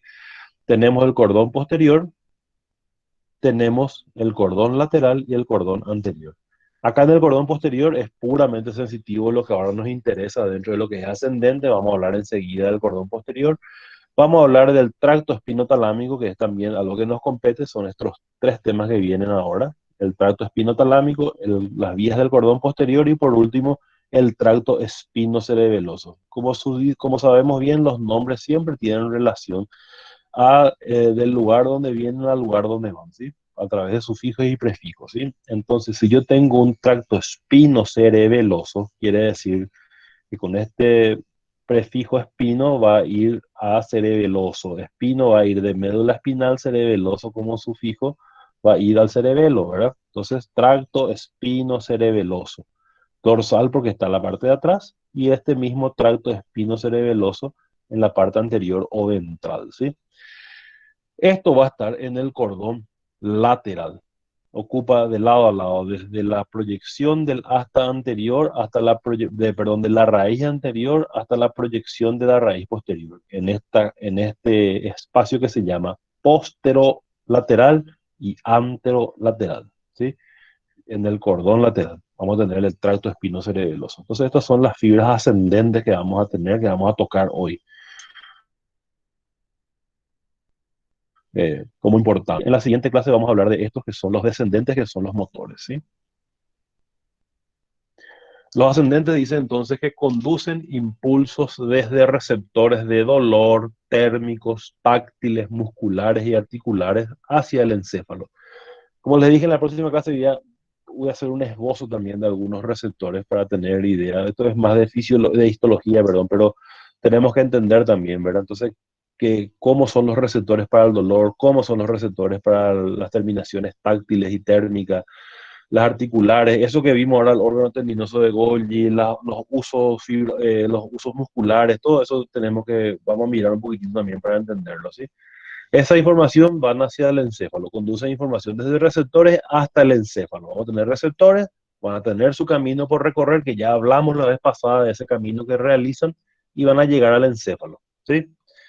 Información puede alcanzar nivel consciente, que es la corteza cerebral. Ya hablamos de la información consciente, que es la que llega a la corteza cerebral. Corteza somatosensitiva primaria, ¿sí? Estaba el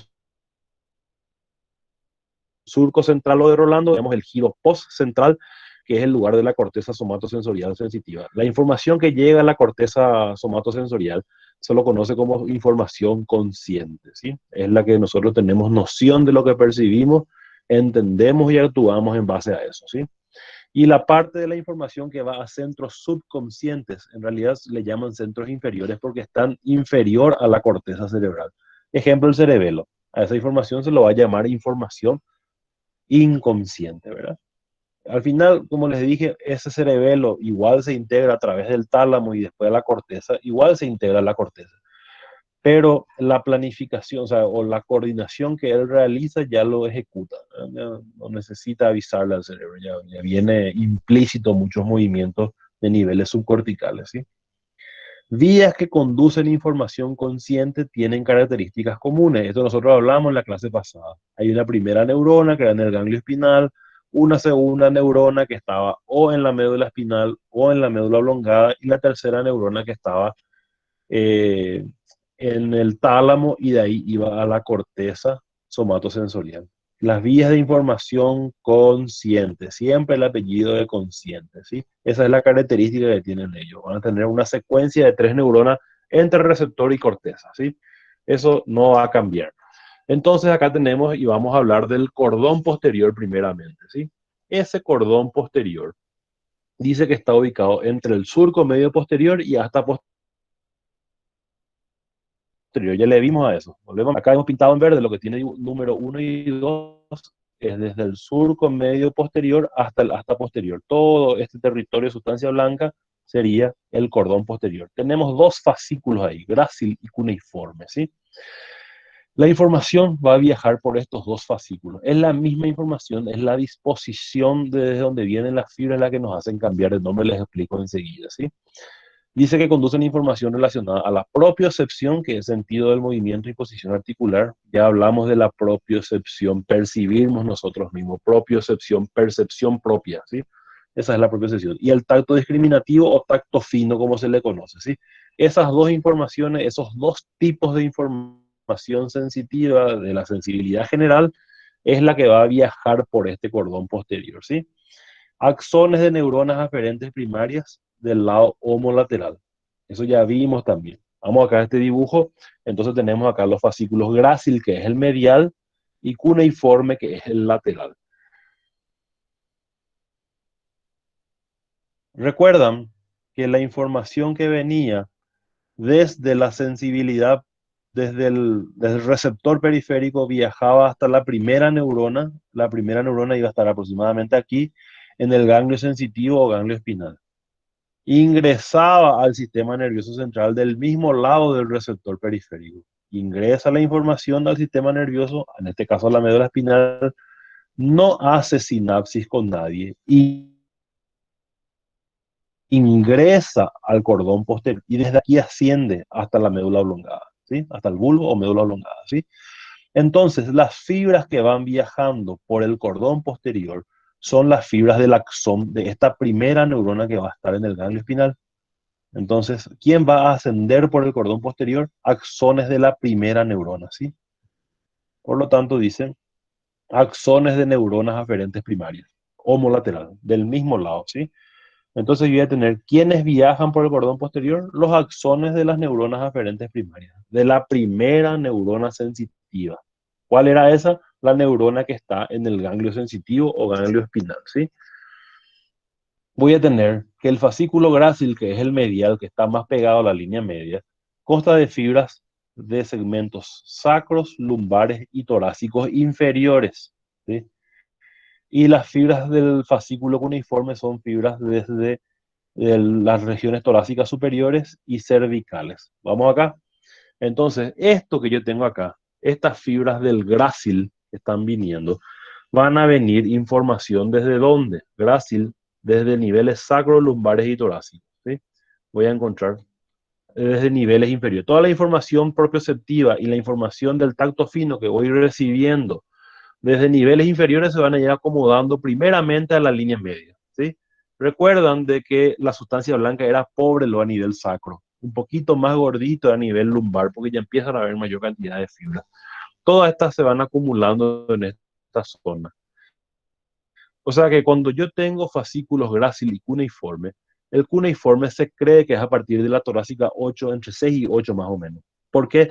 Porque la información a nivel torácico y a nivel cervical se van a acomodar en el fascículo cuneiforme. O sea que yo no tengo cuneiforme en sacro y no tengo cuneiforme en lumbar, tengo recién a nivel torácico. No le divido en dos fascículos todavía, le divido en dos a nivel torácico recién, ¿sí? Entonces tengo las fibras más inferiores por la cara medial y las fibras más superiores en la cara más lateral, ¿sí? Esa es una organización en la cual se distribuye. Todas las informaciones, ya sean sensitivas y motoras, tienen una organización somatotópica. ¿Qué quiere decir eso? Cada tópico del cuerpo está representado en las estructuras, ya sea en las fibras que viajan o en las neuronas que van a recibir información o que van a ejecutar acciones, ¿sí? Siempre la información tiene esa distribución, diríamos, ¿sí? Esa predisposición. Las fibras de este cordón posterior ascienden hasta la médula oblongada en núcleos grácil y cuneiforme. Si estas fibras, estos fascículos se llaman grácil y cuneiforme, los núcleos en la médula oblongada se van a llamar núcleos grácil y cuneiforme para cada uno de ellos, ¿sí? Las neuronas de segundo orden decusan y ascienden al tálamo por el lemnisco espinal. Entonces, esto es algo que ya vimos. Esta es la información. Haz delgado sería el fascículo grácil y el haz cuneiforme, como le conocemos los antiguos que eran Gold y Burdach. Dejaron de llamarlo así. Hoy le llaman núcleo grácil y núcleo cuneiforme. ¿Están donde? En la médula oblongada. Entonces, La información que yo recibí acá, vamos a suponer que el receptor periférico esté en la piel a este nivel donde estoy marcando la flechita. Receptor periférico, percibí el tacto fino y percibí la ubicación espacial de mi pierna de la propiocepción consciente. ¿Dónde está ubicada? Está doblada mi rodilla, sentado en una silla estoy ahora, ¿sí? Esta información ingresó del mismo lado del receptor periférico. Sinapsis hizo en el ganglio espinal en la primera neurona. Ingresa a la médula espinal. No hace sinapsis con nadie y asciende a la médula oblongada. Ahí hace sinapsis en los núcleos grácil y cuneiforme en la médula oblongada. Ahí está la segunda neurona, ¿sí? Por ley, información general, sensitiva general, recusan después de la unión o sinapsis con la segunda neurona. Entonces, segunda neurona, núcleos grácil y cuneiforme, recusan, cambia de lado. Y ascienden hasta el tálamo por esto que se conoce como lemnisco medial, ¿sí? Entonces, en el lemnisco medial van a ser fibras del cordón posterior que ya hicieron sinapsis con la segunda neurona, ya cambiaron de lado por ley y subieron y van a llegar al tálamo. El tálamo va a estar la tercera neurona. Y de ahí a la corteza somatosensorial. Entonces va a llegar a la corteza de este lado, la información que era de este lado.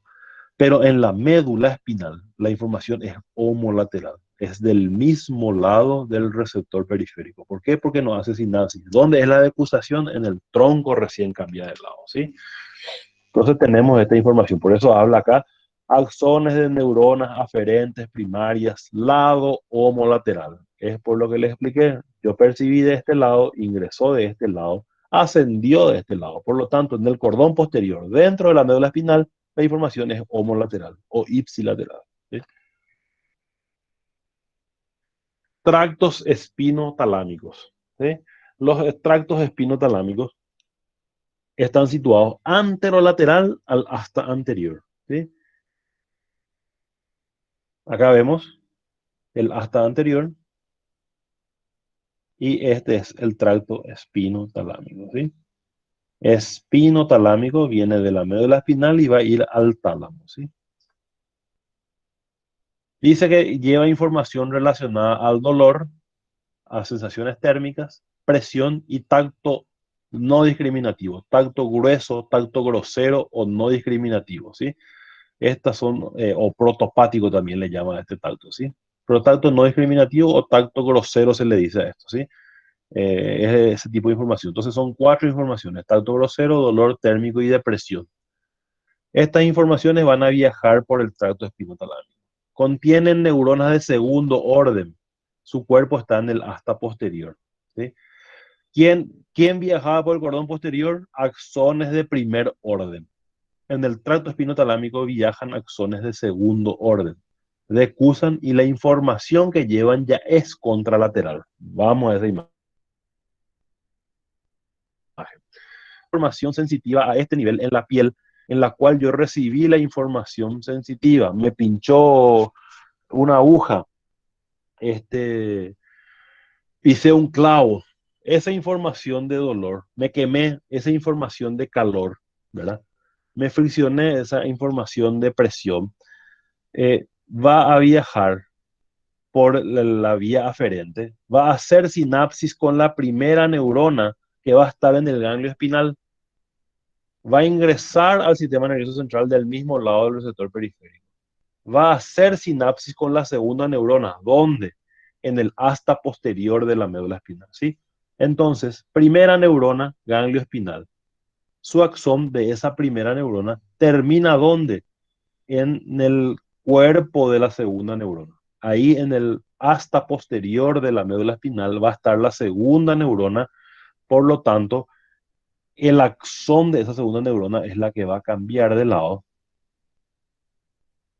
Por eso ya es contralateral. Va a llegar o tracto espinotalámico y de aquí va a ascender, perdón, desde aquí va a ascender hasta el tálamo. Ya decusó esto, ya cambió de lado. Por lo tanto, ¿qué tipo de información lleva el tracto espinotalámico? Lleva información táctil, presión, dolor, temperatura, tacto no discriminativo. Lleva, ¿qué tipo de información? ¿Quién lleva esa información? Axones de la segunda neurona. Por lo tanto, lleva ya axones de la segunda neurona. ¿Qué llevaba este cordón posterior? Axones de la primera neurona, porque era el axón del ganglio espinal y llevaba ya directo a la médula elongada. En la médula elongada iba a ser sinapsis con la segunda, ahí va a cambiar de lado y ahí se va a llamar lemnisco medial. Sin embargo, la información del tacto, dolor, presión y temperatura van a llegar primera neurona ganglio espinal, segunda neurona hasta posterior de la médula espinal. Cambia de lado, por eso habla de información contralateral y asciende. Entonces, ¿qué yo voy a tener acá? Tacto, dolor, presión, temperatura. En el tracto espinotalámico voy a tener axones de la segunda, ¿qué voy a tener acá? Axones de la primera neurona. ¿Qué voy a tener acá? Información contralateral, información que vino de este lado, información que ya decusó, información contralateral. ¿Qué voy a tener acá? Información homolateral, información que todavía no decusó, va a decusar más arriba, más adelante. Entonces, la diferencia entre uno y otro es que acá llevan axones de la primera neurona, acá llevan axones de la segunda neurona. Acá llevan información homolateral todavía, va a cambiar más arriba, pero mientras esté en la médula espinal, la información es del mismo lado. Y esta es información contralateral, ¿verdad? En la médula espinal ya cambió de lado, por lo tanto, la información que está ascendiendo por aquí ya está viniendo desde el lado contralateral, ¿sí? Importante que sepamos todo eso, ¿sí? En el tronco cefálico se le conoce como lemnisco espinal. El tracto espinotalámico cambia de nombre y se denomina lemnisco espinal a nivel del tronco cefálico, ¿sí? Y llega al tálamo, que es la tercera neurona, ¿sí? Ahí no cambia. Llega al tálamo, de ahí, por su organización somatotópica, va también a cada lugar de la corteza somatosensorial, en ese homúnculo de Penfield o homúnculo cortical, que ya les mostré el dibujito de cómo está distribuido los receptores de la sensibilidad de todo el cuerpo con un dibujito en esa corteza cerebral.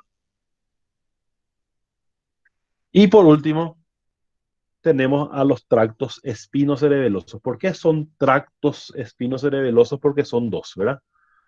Tenemos el tracto espinocerebeloso dorsal o posterior y el tracto espinocerebeloso ventral o anterior, ¿sí? Dicen que ascienden formando tracto espinocerebeloso anterior y posterior ubicados en la cara anterolateral y posterolateral de la médula espinal. No hay mucho secreto, mucha ciencia. Y están ubicados antero-posterior, perdón, posterolateral, posterior y lateral, bien atrás y al costado de este cordón lateral. Y en este cordón lateral tengo anterior y lateral, anterolateral entonces, ¿sí? Caras anterolateral y posterolateral de la médula espinal. Sería del cordón lateral de la médula espinal, ¿sí? Información procedente de usos musculares, lo que ya hablamos de los usos, vamos a volver a tocar la próxima clase. Órgano tendinoso de Golgi, el estado de contracción y ubicación espacial de las articulaciones. Receptores táctiles hacia el cerebelo, ¿sí? Si dice que se llama espinocerebeloso, va a ir desde la médula espinal al cerebelo. Por lo tanto, al irse al cerebelo, va a un nivel inferior a la corteza. Se llama niveles subcorticales, ¿verdad? Entonces, esta es información inconsciente. Si nosotros hablábamos de que había una propiocepción consciente que viajaba por el cordón posterior, la propiocepción inconsciente, la que va a ir al cerebelo, va a viajar por estos tractos que se llaman espinos cerebelosos. Control de postura y coordinación de movimiento. Esto es lo que nos garantiza esa información que perciben estos tractos. La información que percibe estos receptores van a viajar por estos tractos y van a controlarnos esto. La postura y coordinación de movimiento. Tiene una secuencia de solamente 2 neuronas. ¿Se acuerdan que esa secuencia de 3 neuronas que teníamos desde el receptor hasta la corteza era para la información consciente? Esta información es inconsciente, entonces su secuencia no cumple la regla de la conciencia, ¿sí? Entonces tenemos una secuencia de solamente 2 neuronas. Ambos tractos contienen neuronas de segundo orden. Los 2 tractos van a hacer sinapsis ya dentro de la médula espinal, ¿sí? Algunas van a cambiar de lado y otras no van a cambiar de lado, ¿sí? En relación a lo que es anterior y posterior. Vamos a ver enseguida eso. pero de que hacen sinapsis con la segunda neurona, ya hacen sinapsis con la segunda neurona antes de ascender. Entonces, el tracto espinocerebeloso sí o sí va a llevar ya axones de la segunda neurona, porque esos axones van a estar ya en el asta posterior, en lo que se conoce la columna de Clark. Acá está. Fibras del tracto espinocerebeloso posterior se originan en la columna de Clark, ascienden homolateralmente y entran al cerebelo por el pedúnculo cerebeloso inferior. Yo voy a tener información de esta ubicación espacial. Recibí acá la información de dónde está ubicado el cuerpo, lo mismo que la propiocepción que recibíamos por el cordón posterior, pero la que va a ir al cerebelo. Esa información que yo tengo en los usos musculares del aparato de Golgi va a ingresar primera neurona, ganglio espinal. Ingresa a la médula espinal. Segunda neurona va a estar en el asta posterior, pero cerca del anterior ya. En esta asta posterior, ahí va a ser sinapsis con el núcleo dorsal o columna de Clark. Ahí hace sinapsis con la segunda neurona, ¿sí?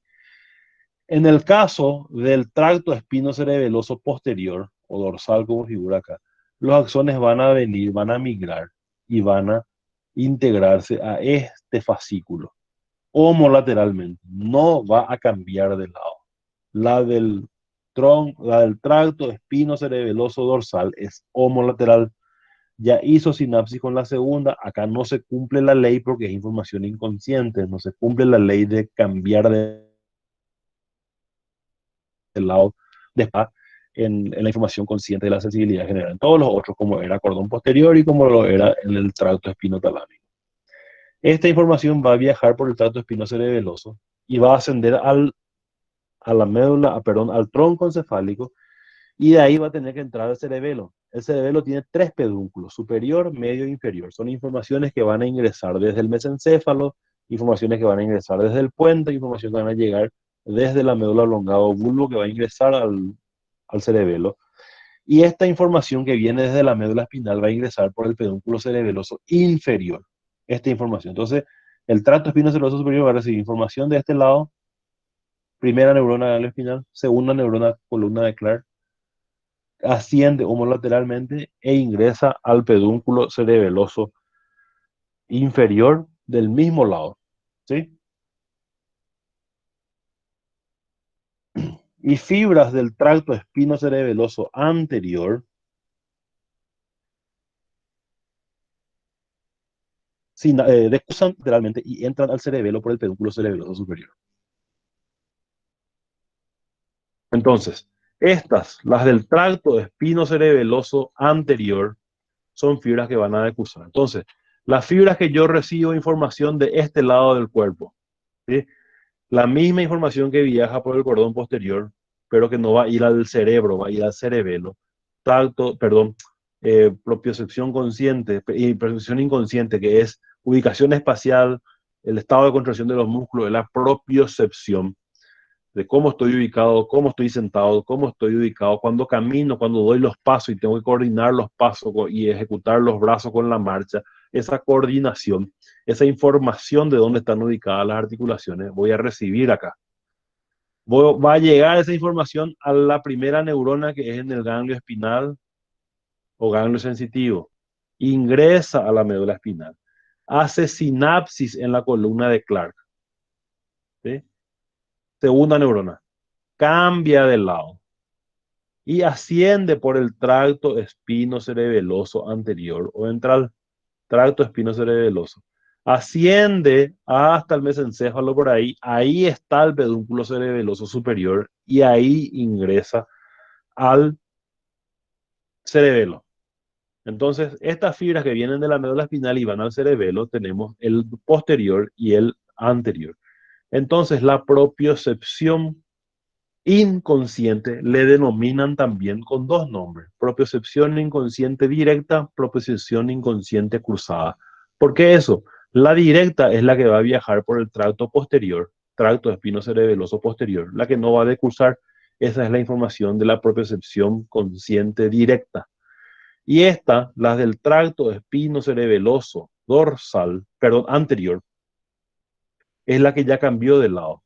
Ya hizo sinapsis con la segunda, cambió de lado, ascendió, ingresó al cerebelo por el pedúnculo cerebeloso superior. A esta propiocepción inconsciente le llaman cruzada, porque es información que cambia de lado. Entonces, si esta es directa, la posterior es directa, es porque no cambió de lado, es homolateral. Y esta propiocepción inconsciente, que es cruzada, es porque cambió de lado, ¿sí? Es simplemente eso. Entonces, ¿qué tenemos con este tres tipos de información? ¿Quién viaja por cordón posterior? Información homolateral. ¿Qué axón? Axón de la primera neurona. ¿Qué información? Propiocepción consciente y tacto fino. ¿Qué viaja por el tracto espinotalámico? Temperatura, dolor, tacto, el tacto no discriminativo, ¿sí? Presión, también falta acá. Presión, tacto no discriminativo, dolor y temperatura. ¿Axones de quién? Axones de una segunda neurona que ya estaba en el asta posterior. Axones de la segunda neurona y la información ya es contralateral, ya viene del lado contrario. ¿Sí? ¿Quién viaja por los tractos espinocerebelosos? Propiocepción inconsciente directa u homolateral, la que ya siempre en estos dos van a ser axones de la segunda neurona como lo es en el tracto espinotalámico. La única que viaja a axones de la primera neurona es en el cordón posterior. En el resto son axones de la segunda neurona. Este lado es homolateral, el posterior del mismo lado, y el anterior es del lado contrario. Por lo tanto, una es directa y la otra es cruzada, ¿sí? Eso es lo que ocurre en los tractos ascendentes. La próxima clase vemos los descendentes y tratamos de integrar un poquitito y vamos a ver un poco de reflejo también, ¿sí? Es toda la clase de hoy. Espero que les haya servido, que les haya ayudado. No sé, Víctor, si vas a pasar lista de vuelta o cómo hacemos para liberarla, ¿sí? Muy bien, perfecto, doctor. Agradecido desde ya por su clase. Me pareció excelente. Quiero, antes de poder pasar la lista, de terminar, preguntar a los estudiantes o darle la oportunidad a los estudiantes para que puedan hacer preguntas correspondientes, aclaraciones, algo que no hayan entendido. Este es el momento, estimados estudiantes. Por favor, pueden realizarlo o en el chat, en la sección del chat y o a viva voz, por favor. Profe, entonces, Adelante. ¿se podría decir que toda información que es homolateral es consciente y la que es cruzada, o sea, en cuanto a los tractos ascendentes, no a los descendentes porque no sé, ¿verdad? Pero, ¿y la que es cruzada, que es inconsciente? No, no porque lo que es consciente tenemos solamente en el tracto espinotalámico que lleva tacto, dolor, presión, temperatura y cordón posterior que es propiocepción y tacto fino. Esos dos tipos de información, los que viajan por el cordón posterior y que viajan por el tracto espinotalámico, son información que van a ir a la corteza cerebral, por lo tanto son información consciente, ¿sí? Entonces, el homolateral es cordón posterior, va a ir a la corteza, por lo tanto es información consciente y es homolateral. Pero las del tracto espinotalámico que llevan tacto, dolor, presión, temperatura, ya es contralateral. Y al ser contralateral, va a ir también a la corteza cerebral, va a ir también a la corteza. Y al ir a la corteza va a ser también consciente. Por lo tanto, la información consciente tenemos homo y contralateral. Entonces, yo no puedo hacer la diferencia de que lo que es consciente es homolateral o es contralateral y lo que es inconsciente es contralateral. No existe esa clasificación. Tanto la información consciente como la inconsciente, ambas tienen homo y con informaciones homo y contralaterales. Ambas, hay en los dos. ¿Por qué? Vamos de vuelta al ejemplo. Cordón posterior, información directa, que es homolateral. Cordón posterior va a informar propiocepción consciente, va a informar tacto fino. Va a ir a la corteza cerebral, información consciente, homolateral. Espinotalámico. El espinotalámico lleva tacto, dolor, presión, temperatura, es información cruzada, por lo tanto es contralateral, va a ir a la corteza, por lo tanto es también información consciente. Entonces yo tengo información consciente que viene del mismo lado y del lado contralateral. ¿Y qué pasa con los tractos espinocerebelosos, que van de la espina, de la médula espinal, que van al cerebelo? Yo tengo homolateral y el anterior es cruzado. van a ir al cerebelo, información inconsciente. Entonces yo tengo que la información inconsciente también viene del mismo lado como del lado contralateral. Entonces yo tengo tanto la información consciente como inconsciente de los dos lados, tanto homo como contralateral. ¿Entiendes? Yo no puedo hacer la clasificación. Lo que es contralateral es inconsciente, lo que es homolateral es no puedo hacer eso. Hay información tanto consciente, homo y contralateral, y hay información inconsciente, homo y contralateral. ¿Estamos?